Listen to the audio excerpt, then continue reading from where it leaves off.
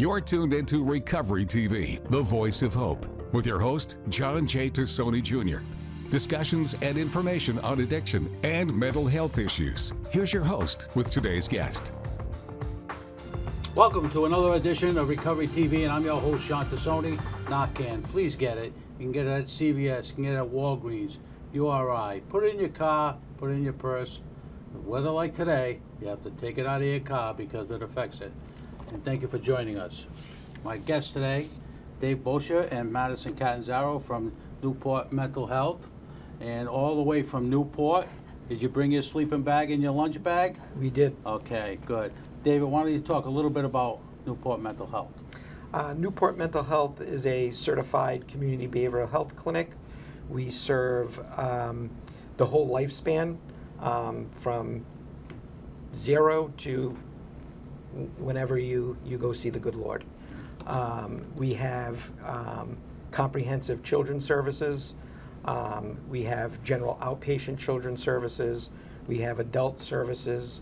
And we have a full array of SUD services, including an intensive outpatient program. We have general outpatient substance use services, and we have this awesome program we just started about a year ago, intensive dual diagnosis treatment program. We're the only community mental health center or certified community behavioral health clinic in the state that has an IDDT program, which what does that entail, so my viewers know what it it entails co-occurring disorders. So clients who are struggling and suffering with addiction and severe mental illness. So it addresses both. It's sort of like the chicken and the egg. What came first? Right. In the IDDT team. Provides wraparound services, engagement services for this population. This population tends to be the most difficult to engage in treatment. Right. They tend to take them 10, 15, 20 years before they even get the treatment, if they ever get the treatment. So this program really focuses on that population, that difficult population. So a couple of questions, David. Why does it take so long? Because they don't know?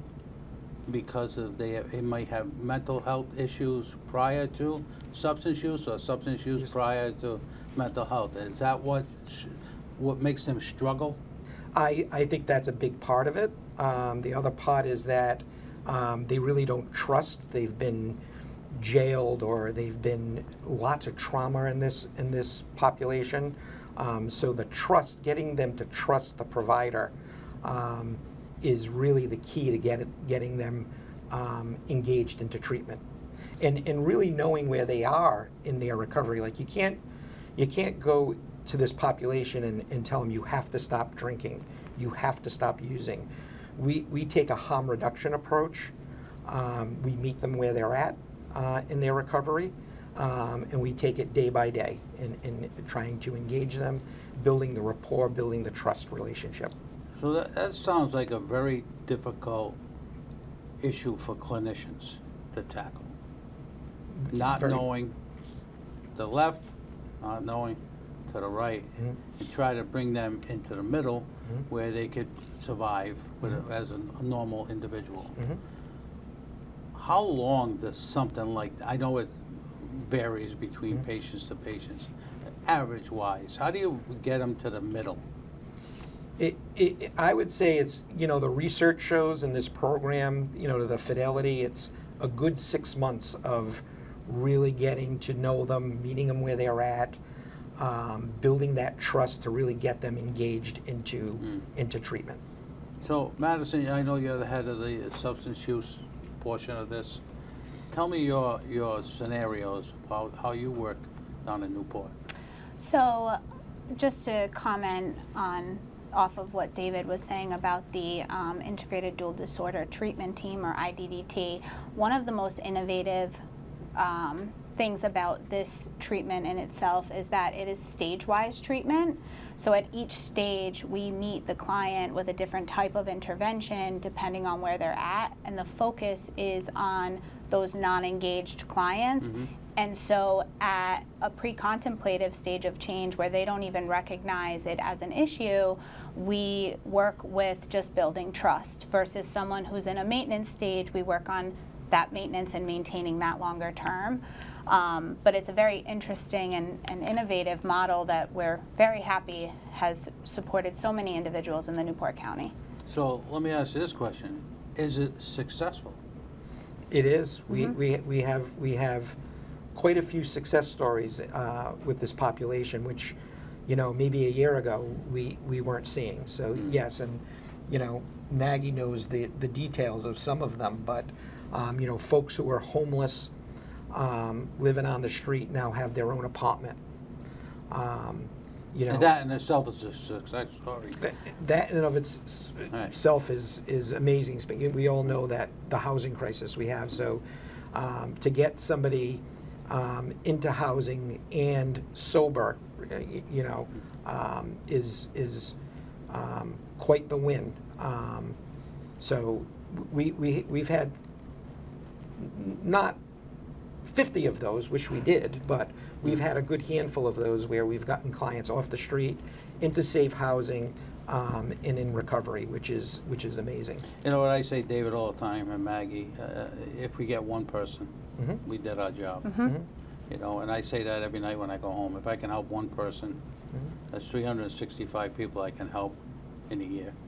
I've done my job. Yes. But the other thing, too, I wanted to talk to you about is Newport itself.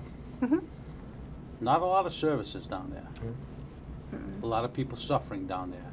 You wouldn't think so, but when you drive to Newport and you see the amount of people who are homeless, I don't know if it's because of it's just a nice area and they just want to put a tent up over there or what the deal is, but it's an issue where I get not complaints but concerns about Newport and about how many people are homeless, how many people need treatment, how many people need housing, how many people need a lot of things.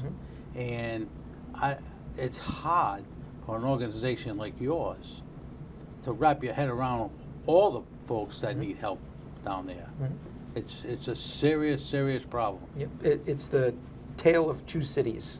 We always say that. It's, everybody thinks of the mansions in wealth when you talk about Newport, but there's a big section of Newport that has a lot of poverty, a lot of SDOH issues that people don't realize that the community has. Housing is a huge issue. A lot of our clients don't like to go off the island. So that makes it even more difficult to try to help, because even if we did find housing, let's say in North Kingston or the East Bay area, they don't want to go. Their resources and their ties are in Newport County, and they don't want to go off the island. Yeah, and that's a really big challenge. Yep. Especially for your group and others that are providing services down there, is because they don't want to leave. They don't want to leave. They would rather stay on the street than leave. I want to talk a little bit more about that when we come back. We got to take a break. Sure. So I can pay the bills.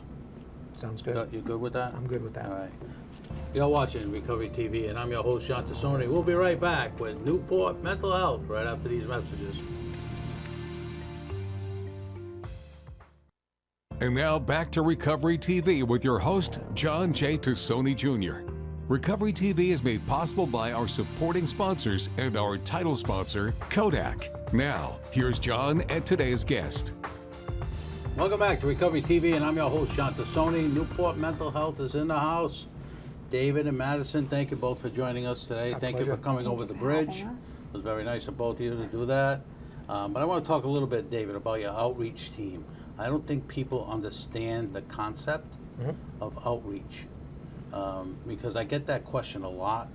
Well, what do the outreach people do? Why do they do what they do? So our Rhode Island outreach team goes all over Newport County, but they know where kind of the hot spots are, where there's a homeless encampment, or there's a person living in their car in some parking lot. and they operate from 7 a.m. to 11 p.m. 7 days a week, and they go and meet with those folks again, gain their trust. If they need food, they'll get them to a food pantry or sometimes take them food. If they need clothes, if they need a tent, whatever they need in order to survive outside, the Rhode Island Outreach Team goes out and provides that support to them. The other unique thing about Rhode Island Outreach is instead of calling the police on these folks who are suffering from homelessness, addiction, severe mental illness, they'll call the Rhode Island Outreach Team, and they'll go out and they'll de-escalate and avoid these clients from getting arrested, getting put into the prison system, Right. or being hauled off into a local county jail. So they do amazing work every day. They're making connections with community. They can't do it by themselves, so they have a lot of community partners like MLK, Housing Hotline, all different kinds of community partners within Newport County, all the housing authorities, so that we can remove any barriers and try to get these folks the support they need and off the street. About, Madison, how many people work in that team, outreach team? I would say close to 10. We got, 10 or I think it's 12? 12 FTEs total. Yeah. 12, and then they don't work all from in the morning till at night. So obviously you must have certain crews, certain times. We Monday through Friday, it's pretty much the same crew. They might have some flex It's positions. It's done in shifts, yeah. So Yeah. it's based on need and availability, really. But it's a good rotation, I would say.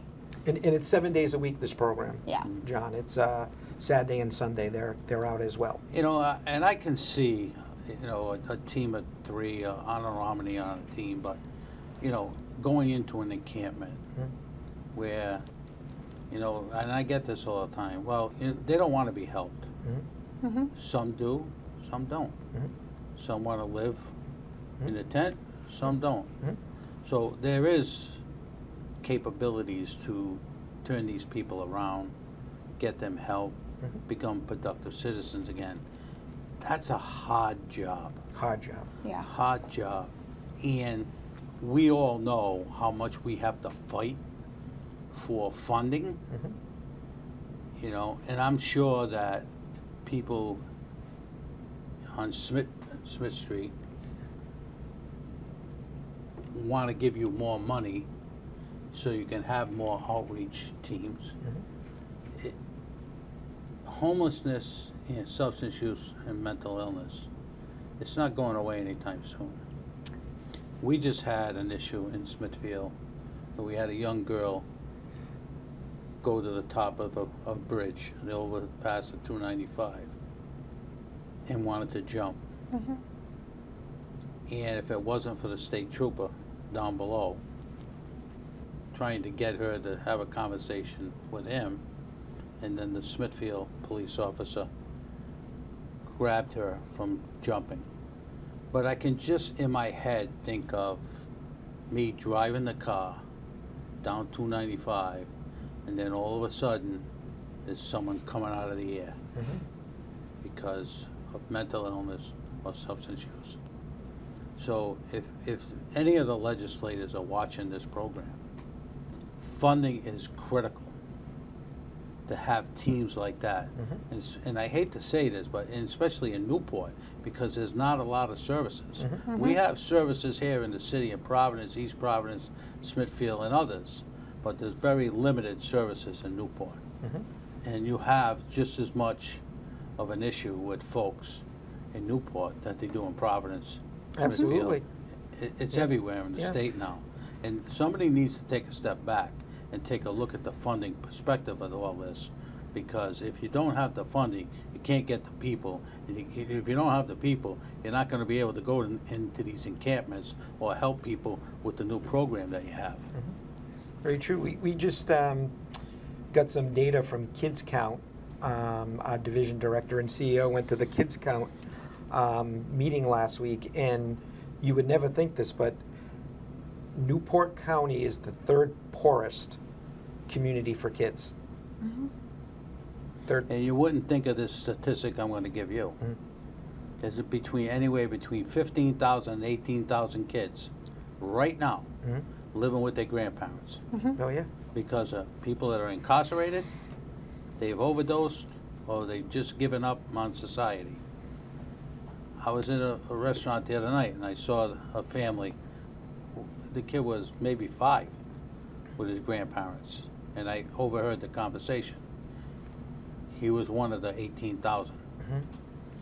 And how do you get someone who's 70 or 80 years old now trying to bring up a 5-year-old? And then unfortunately, on the 70 and 80-year-old, the time's not on your side. Right. So what does this little 5-year-old kid do when he becomes 10 or when he becomes 15? Yep. You know, so people need to start thinking about this stuff, you know, and from what that you're telling me with that team's worth every penny that they get paid. Yep. Just think about the cost savings. You know, no EMS, no police, no fire. Right. You know, avoiding folks getting put into the prison system. So they're worth their weight. You know, that team does God's But we got to work get every other day. people to think that way, Yeah. that they're worth their weight. Yeah. So you can get the funding you need Yeah. to keep on going, to move the ball down the field. Because if you don't do that, there's more and more children that are going to be affected by this. Very true. I think too, people often forget that individuals are allowed to have mental illness. The job is Right. for safety, stabilization, and environmental safety and internal safety, stabilization on both ends. And so I think with the Rhode Island Outreach Team, or RIO, they approach individuals in a way that's, we know that mental illness is present and we're not going to judge you. There's no stigma behind it. Yeah. And people do get stigmatized by programs. So our organization builds programs based on we want clients to want to come to treatment. Right. And so. And the stigma is a big word, huge word. We got to get rid of it. Yep. We're going to take another quick break. You're watching Recovery TV, and I'm your host, Sean Tassoni. We'll be right back with Newport Mental Health after these messages. And now back to Recovery TV with your host, John J. Tassoni Jr. Recovery TV is made possible by our supporting sponsors and our title sponsor, Kodak. Now, here's John and today's guest.